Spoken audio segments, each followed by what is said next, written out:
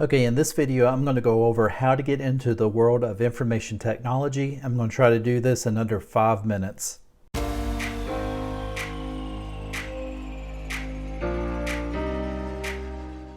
So, are you trying to struggle to get into the world of information technology?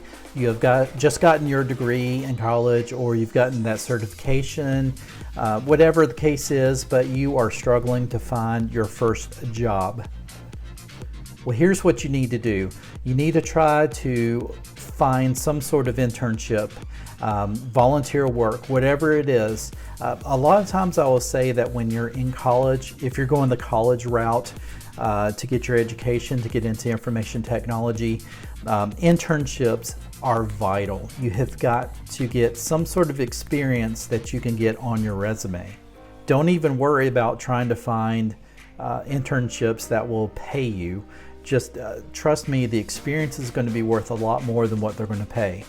And if it's not an actual full-fledged internship, if it's some sort of volunteer work, maybe it's volunteering, working some sort of audiovisual or technical services for your church or whatever that is, do it. Volunteer for it, at least assist, do whatever you can, because it's also a part of being able to create relationships and connections with those who do work in the profession, someone who can give you a good letter of recommendation, someone you can use as a reference.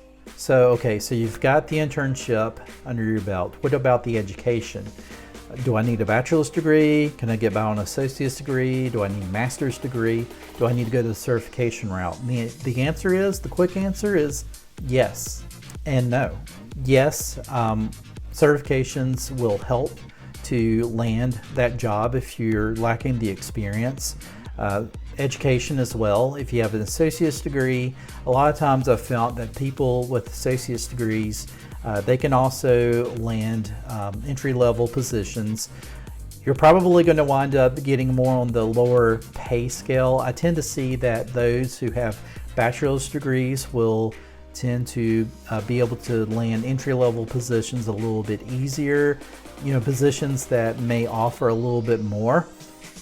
But it's all a part of at least getting your foot in the door, and that's the thing.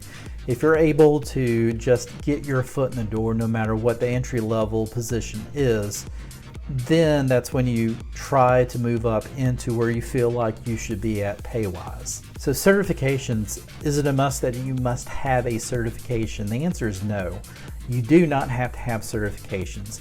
I have been in the IT field for almost 16 years.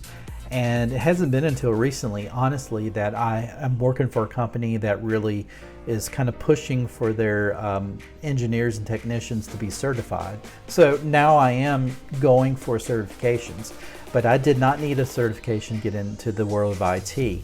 Now, if I did not have any education at all, then a certification would definitely help, but it is not a need. And quite frankly, honestly, what it always comes down to is your on-the-job experience, and that is what I'm trying to get you to understand, is the on-the-job experience is what you need to get, because real-life experience is going to trump any type of education, any type of certifications that you may go for. Now, if you're not a certification person, you're not a good test taker like me, then but you're willing to go and go to school to get degrees, I would definitely say that a bachelor's degree is definitely worth it, but it's not needed.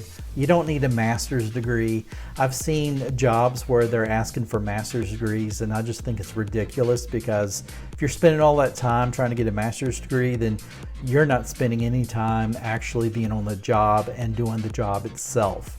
So I would say that a good associate's degree with some internship experience, an entry-level position, even if you're only making like $10 an hour doing it, that's on-the-job training. That should be good. Certifications help, but they're not necessary.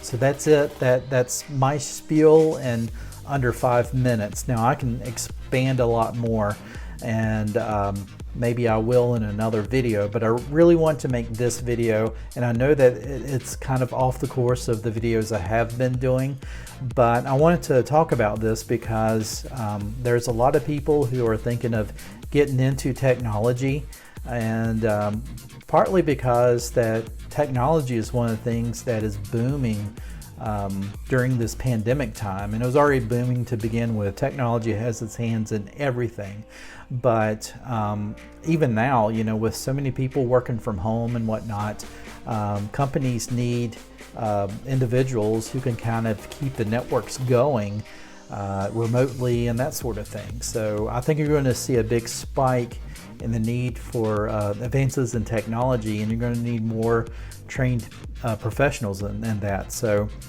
that's why I want to make this video. If you enjoy it, or if you enjoyed it, please consider giving me a like, drop me a line, let me know what else would you like to know as far as getting into the world of technology. Is there anything you would like for me to expand on? I would love to share with you the experiences I've had. There's a lot of things that I have done wrong that I wished I had not done in the past. I feel like there's things I have done right, and I just want to be able to give you my experiences, real life experiences, and advice that I think will help you in your career.